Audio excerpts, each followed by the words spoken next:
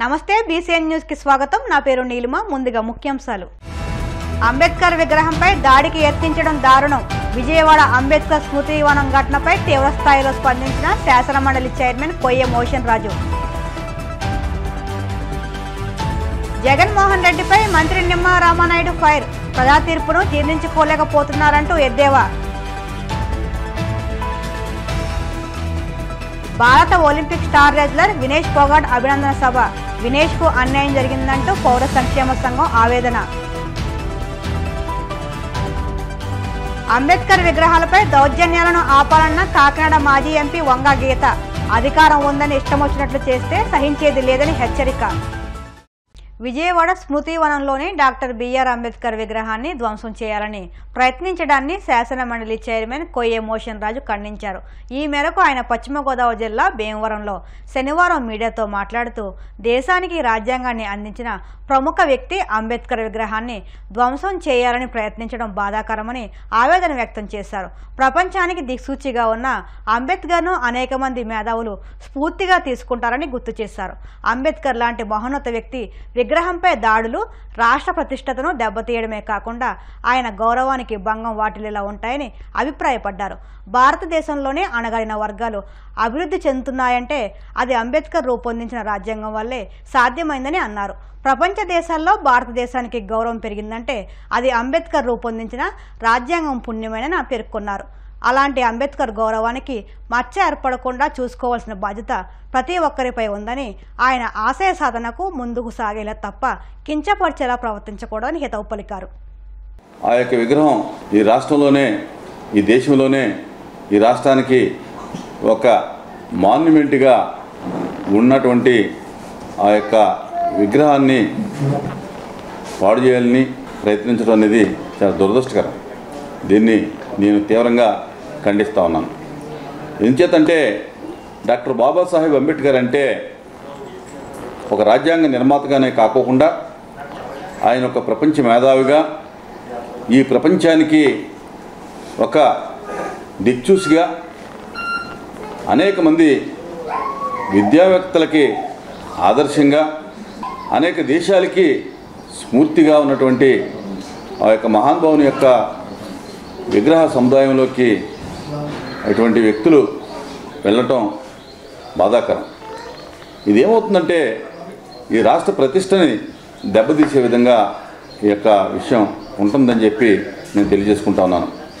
ఈ యొక్క దళితులు, అణగారిన వర్గాలు, పేద వర్గాలు ఈ రోజున అభివృద్ధి చెందుతున్నారంటే కనుక ఆయన యొక్క అంబేద్కర్ యొక్క ఆలోచన విధానం అని చెప్పి నేను తెలియజేస్తా ఉన్నా. అదే రకంగా భారతదేశం ఈ రోజున ప్రపంచ దేశాల్లో అగ్రస్థానంలో ఉందంటే కనుక భారత రాజ్యాంగమే దానికి ముఖ్య కారణం అని చెప్పి కూడా నేను తెలియజేసుకుంటా ఉన్నా. భారత రాజ్యాంగం ఇంత పెద్ద లిఖిత రాజ్యాంగం ఈ ప్రపంచంలో ఏ దేశంలోనూ కూడా లేనటువంటి పరిస్థితి. పటిష్టమైనటువంటి రాజ్యాంగం.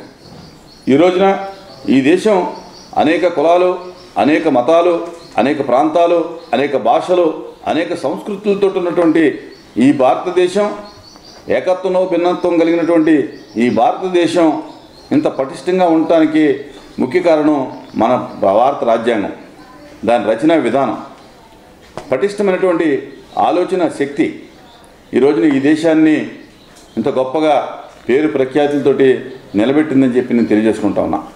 అందుచేత అటువంటి విగ్రహం జోలికి కానీ, లేకపోతే ఆ యొక్క అంబేద్కర్ యొక్క స్మృతివనం జోలికి కానీ వెళ్ళటం అంటే అది రాజ్యాంగం మీద దాడిగా భావించాలి. అలాగే దళితుల మీద, పేద వర్గాల మీద, బలహీన వర్గాల మీద దాడిగా దాన్ని భావించాలి. కనుక నేను మనవి చేసేది ఏంటంటే ముఖ్యమంత్రి గారికి ఖచ్చితంగా ఎవరు ఇటువంటి పనులు చేసినా ముఖ్యమంత్రి గారు వెంటనే కలగజేసుకుని ఆ యొక్క చర్యల్ని ఖండిస్తూ దోషుల్ని కఠినంగా శిక్షించాలి. ఏం చేతంటే ఈ రాష్ట్రంలో అటువంటి సంఘటనలు ఎక్కడా జరగకూడదు. అదే రకంగా అంబేద్కర్కే కాదు, ఈ యొక్క స్వతంత్ర సమరయోధులకు కానీ, ఈ దేశ పోరాటంలో పాల్గొన్నటువంటి అనేక మంది పెద్దలు, అలాగే దేశ నాయకులుగా పరిపాలన చేసినటువంటి నాయకులు ఎవరైతే ఉన్నారో ఆ యొక్క పరిపాలకులకు కానీ ఎవరికి కూడా గతించినటువంటి నాయకులకి ఎవరికి కూడా అవమానం జరగడం అనేది మనం తీవ్రంగా తీసుకోవాల్సినటువంటి అవసరం ఉంది. కనుక ముఖ్యమంత్రి గారికి నేను మరొకసారి ఇటువంటి చర్యల మీద ఇమీడియట్గా ఆయన చర్యలు తీసుకుని ఇటువంటి సంఘటనలు పునరావృతం అవ్వకుండా ఈ యొక్క ఎవరైతే దళితులు, అణగారిన వర్గాలు, పేద వర్గాలు మనోవేదనకు గురవుతాయో వారు భరోసా కల్పించవలసిందిగా ఈ యొక్క రాష్ట్రం ప్రజాస్వామ్యయుతంగా ఉండేటట్టుగా చూడవలసిందిగా ముఖ్యమంత్రి గారికి ఈ సందర్భంగా మనవి చేస్తా ఉన్నాను. భారత Olympic star wrestler Vinesh Phogat అభినందన సభను పౌర సంక్షేమ సంఘం నిర్వహించింది. మాధవ్ నగర్ ఆర్ఎంసీ గ్రౌండ్లో జరిగిన ఈ కార్యక్రమంలో వాకర్స్ సంఘ ప్రతినిధులు, శ్యామ్ ఇన్స్టిట్యూట్ క్రీడాకారులు, విద్యార్థులు, యువజన, మహిళా, ఉద్యోగ, కార్మిక, ప్రజా సంఘాల నాయకులు పాల్గొన్నారు. జాతీయ జెండాలతో ఫ్లెక్సీ చేపట్టి ర్యాలీ నిర్వహించారు. ఒలింపిక్స్లో వినేష్కు జరిగిన అన్యాయం మరెవరికి జరగకూడదన్నారు. ఒలింపిక్స్ కోర్టు రజక పథకానికి అర్హురాలిగా సూచిస్తూ తీర్పు రిజర్వ్ కాబడినప్పటికీ బంగారు పథకం సాధిస్తే భారత ప్రభుత్వం చేపట్టే అధికార లాంఛనాలు ఏమైతే ఉన్నాయో వాటి పురస్కారాలు వినేష్కు భారత ప్రభుత్వం అందించాలని డిమాండ్ చేశారు. కేంద్ర బడ్జెట్లో 5% క్రీడా ప్రోత్సాహక నిధులు కేటాయించాలని తీర్మానించారు. క్రీడల్లో రాజకీయాలు తగవని పేర్కొన్నారు. పౌర సంఘం కన్వీనర్, సామాజికవేత్త దోసర్లపూడి రమణరాజు అధ్యక్షతన జరిగిన కార్యక్రమంలో పెద్దింశెట్టి రామకృష్ణ నిర్వహించిన సమావేశంలో బీఎస్ఎఫ్ విశ్రాంత ఆర్మీ అధికారి మహేష్, మాజీ సైనికుడు గంటా ప్రభాకర్ రెడ్డి, డాక్టర్ కాదా వెంకటరమణ, తిరుమల శెట్టి నాగేశ్వరరావు, కృష్ణాజీ, చింతపల్లి అజయ్ కుమార్, వి రవికుమార్, కామిరెడ్డి సూర్యప్రకాష్, రియాజ్ పాల్గొన్నారు. వినేష్ పోగట్ బంగారు పథకాన్ని అందుకుని భారతదేశానికి గర్వకారణంగా ఒలింపిక్స్ లో నిలిచేటువంటి మొదటి క్షణాల్లో దురుద్దేశపూర్వకమైనటువంటి లక్షణాలతోటి ఆమెని పక్కకు నెట్టివేశారని ప్రపంచ ప్రజలందరూ కూడా గుర్తించారు. ఈ రోజున భారత ప్రజలందరూ కూడా ఆమెకు అండగా నిలిచారు. కోర్టులో తీర్పు రిజర్వ్ అయి ఉంది. వెండి పథకం కాదు, బంగారు పథకం ఇవ్వాలి. భారత ప్రభుత్వం దీనికి బాధ్యత వహించాలి. ఈ రోజున పౌర సంక్షేమ సంఘం, అదేవిధంగా యువజన, మహిళా, కార్మిక సంఘాల ఆధ్వర్యంలో, క్రీడాకారుల ఆధ్వర్యాన కాకినాడ ఆర్ఎంసీ క్రీడా మైదానంలో ఆమెకు మద్దతుగా అభినందన సభ జరిగి ర్యాలీ నిర్వహణ జరుగుతూ ఉంది. బై మెయింటైనింగ్ 49 kg 900 grams ముగ్గురు ప్లేయర్స్ ని ఓడించడం జరిగింది. దాంట్లో వన్ ఆఫ్ ది ప్లేయర్ చాలా కాలం నుంచి నడుస్తున్నటువంటి జపనీస్ వరల్డ్ ప్లేయర్ని ఓడించడం అనేది చాలా చాలా అసాధ్యమైంది. దాని మీద బేస్ చేసుకుని ఆవిడ గోల్డ్ మెడల్కి అర్హురాలు అనేది ఆ రోజు సాయంత్రం నిర్ధారణకు రావడం జరిగింది. అకార్డింగ్లీ వాళ్ళకి వెళ్ళిన సపోర్టింగ్ స్టాఫ్ ఏం జాగ్రత్తలు తీసుకున్నారో, ఇంకొక ఇంపార్టెంట్ విషయం ఇదైతే 50 kg 100 grams రావడం అనేది చాలా ఎందుకంటే టైంలీ చేసి ఉంటే 100 grams కాదు కదా, 500 grams కూడా తగ్గించుకునే క్యాపబిలిటీ మన బాడీకి, మన వ్యక్తికి ఉంటుంది. లేదా కొంత మెషినరీ ఉంటుంది, లేదా వామిటింగ్ చేయడం ఏదో జరుగుతుంది. నిన్న పొద్దుట 9:30 పెట్టారు. కొన్ని కారణాల వల్ల ఒలింపిక్ ఇది కోర్టు పోస్ట్పోన్ చేసింది నిన్న మధ్యాహ్నం. నిన్న అంటే ఇండియన్ టైం ప్రకారం ఈవినింగ్ టైంలోనో లేదా లేట్ అవర్స్లోనో హియరింగ్ జరిగింది. నా ఇన్పుట్స్ ప్రకారం, లేటెస్ట్ ఇన్పుట్స్ ప్రకారం జడ్జిమెంట్ రిజర్వ్ చేసింది. ఒలింపిక్ అవగానే మా డెసిషన్ తెలియజేస్తామని చెప్పి. యాక్చువల్గా సార్ చెప్పినట్టుగా it is true. Vinesh Phogat, she has to be a gold medal winner. She deserve it. But literally 29 yearsకి ఆమె రిటైర్మెంట్ తీసుకోవాల్సిన సిచ్యువేషన్ వచ్చింది అంటే అది ఎంత హార్ట్ బ్రేకింగ్ సిచ్యువేషన్. ఇండియా మొత్తానికి heart breaking situation. That is not only for her, for whole India. But India ఎందుకు సైలెంట్గా ఉందో తెలియట్లేదు. But everyone should support, everyone should stand. She doesn't deserve silver, she always deserves only gold medal. As we all know, అంతకుముందు sir told Japanese player ఇప్పటి వరకు ఆమెను అసలు ఎవరు ఓడించిందో లేదు. This is the first time ever she has won, she has beaten up her. అలాంటిది అంత సాధించి just in few minutes she is about to be announced as gold medal winner. తనని she is not deserved by just 50 grams అనేది it is not at all fair and right. We all should stand. India should stand with her. We have to stand and she should deserve a gold medal. That's it. We should stand with Vinesh Pogat. Vinesh Pogat, Zindabad. We have to support. We are with Vinesh Pogat. కేంద్ర ప్రభుత్వం అనుసరిస్తున్న ప్రజా వ్యతిరేక విధానాలకు వ్యతిరేకంగా తాడేపల్లిగూడెంలోని police island వద్ద ప్రజా సంఘాలు నిరసన తెలిపాయి. సిఐటియు జిల్లా కార్యదర్శి కర్రి నాగేశ్వరరావు, పట్టణ కార్యదర్శి కరెడ్ల రామకృష్ణ, జిల్లా ఉపాధ్యక్షులు శరపరపు రంగారావు ఆధ్వర్యంలో ఈ కార్యక్రమం చేపట్టారు.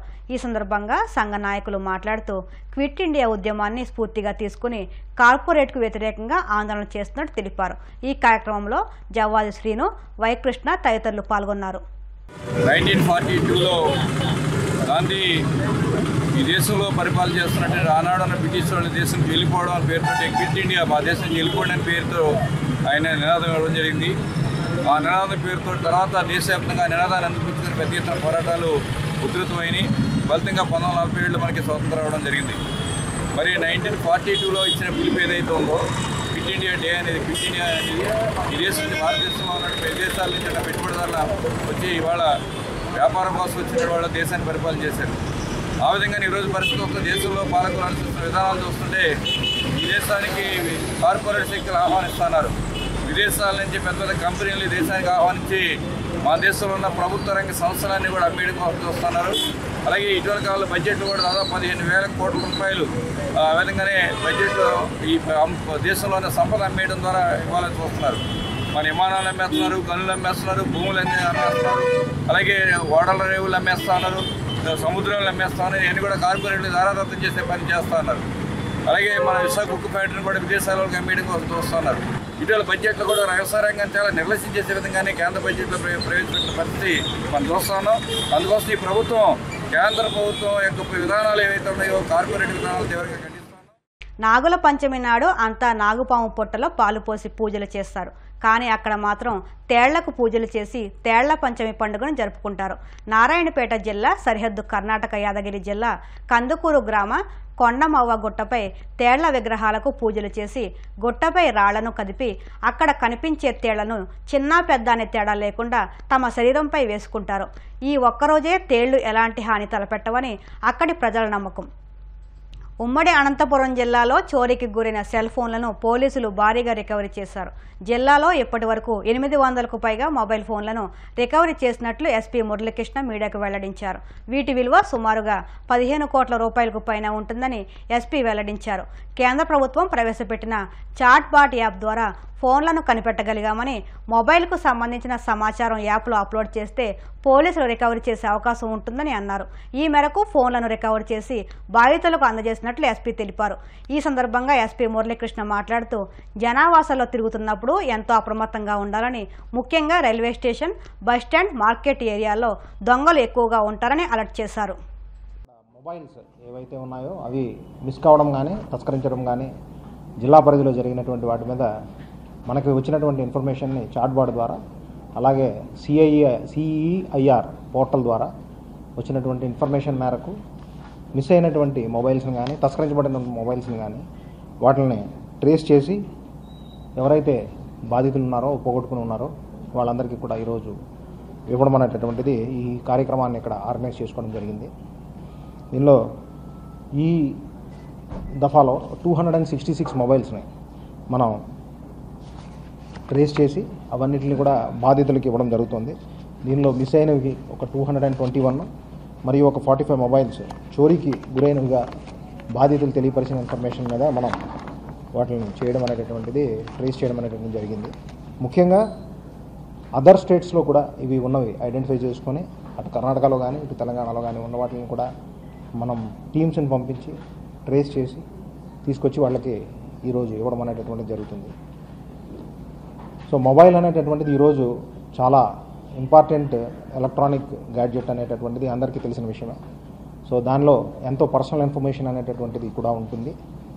సో దానికి సంబంధించి బ్యాంక్ రిలేటెడ్ కానీ అదర్ ఇన్ఫర్మేషన్ కూడా సేవ్ చేసుకునే పరిస్థితి ఉంటుంది.